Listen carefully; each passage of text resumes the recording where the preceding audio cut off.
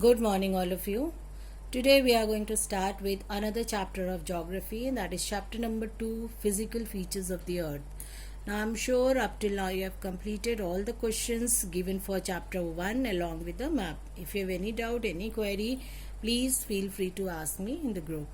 So, let us begin with new chapter. In this chapter, we'll be talking about different physical features found on the earth and how are they formed, their characteristics. So let us begin with the chapter. Let's start with the introduction. Now we all know that India is a vast country and we have a lot of different types of landforms found on the surface. These landforms or physical features, they were formed under different conditions. So like mountains, plains, plateaus, desert, all are the landforms found on the earth. So now you must be wondering that how these landforms were formed. So there were certain processes responsible for the formation of these landforms, and these processes were weathering, erosion, deposition and tectonic plates. Now what is weathering? Weathering is breaking of rocks into smaller and smaller pieces. Erosion, I'm sure you all know, erosion is a process in which the topsoil removes away either by water or wind. Then deposition means the deposition of sand particles from one place to another. And the last process is tectonic plate, movements of the tectonic plates. So all these processes were responsible for the formation of physical features. So let us understand what is tectonic plate, or what is the theory of tectonic plate. So first we should know what is the meaning of the word plates. Now plates in simple word refers to the crust of the earth. We all know that the earth is having interior of the earth is having three different layers: core, mantle and crust. So the outer portion, that is called as crust. It is also called as plates. So the solid part of the outer portion of the earth is called as plates. The study of whole mechanism of evolution, movement, interactions of the plate margins with each other is called plate tectonic theory. Now this theory explains that how these plates were evolved, how these plates started moving and how these plates interacts with each other.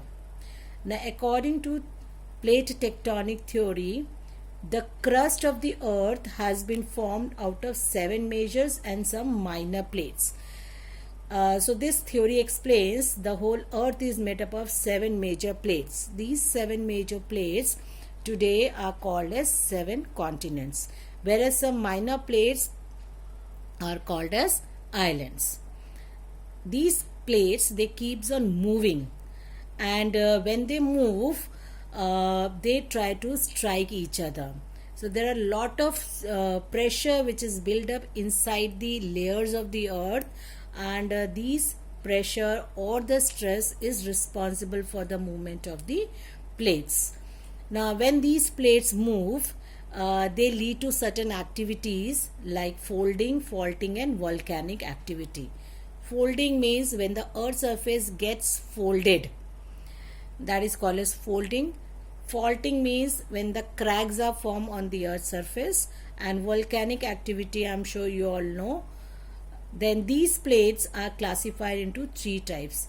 These tectonic plates are divided into 3 types. Let us see what these 3 types are. Before that, let us know through the map.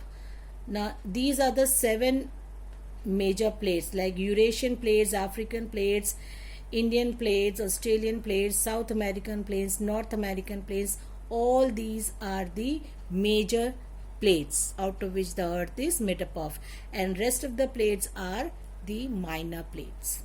Now let us see the types of plate movements. So there are 3 types of plate movements: convergent boundary, divergent boundary and transform boundary. Let's begin with the first one, convergent boundary.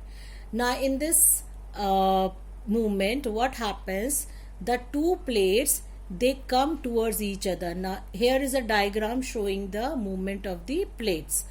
So you can just look at the arrows, the direction of the arrows. Here you can see the direction of the arrows which is drawn on the plates is towards each other. So this shows that two plates, they are coming towards each other. So this is called as conversion boundary.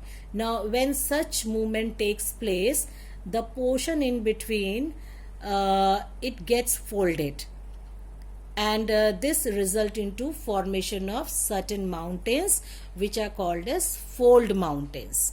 For example, Himalayas are formed out of this process only. Then we have second plate movement, that is called as divergent boundary.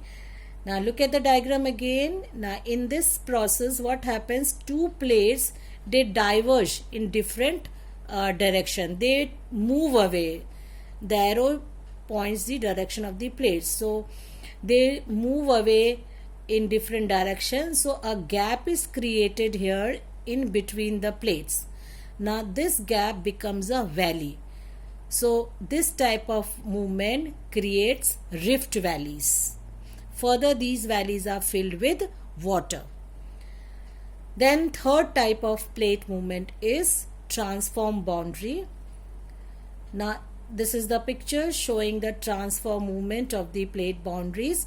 In this type of movement, what happens, the two plates, they try to move horizontally. You can see here the direction of the arrow. So one is moving in this direction, the other one is different direction, but they are moving horizontally. So when they move horizontally, they strike with each other, and when they strike, it causes disturbances on the earth surface which results into earthquake. So transfer movement of the plate causes lot of earthquakes on the earth surface. So these are the different types of plate movements. So that's all for today. I'm sure the topics are clear. If you have any doubt, please feel free to ask. Tomorrow we'll be continuing with another topic of the same chapter. Thank you.